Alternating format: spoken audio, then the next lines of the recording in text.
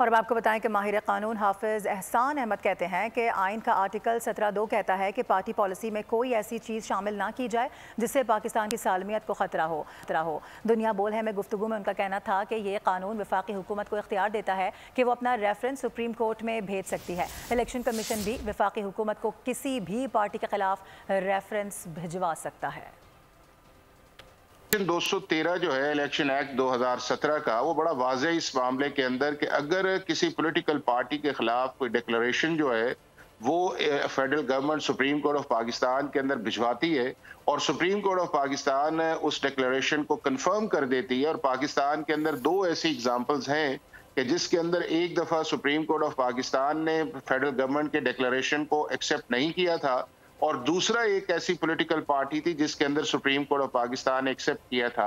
अगर supreme court of Pakistan accept कर लेती है तो उस पॉलिटिकल पार्टी के जितने भी लोग पाकिस्तान की पार्लियामेंट। सब्सक्राइब करें और बेल दबाएं ताकि कोई खबर रह न जाए।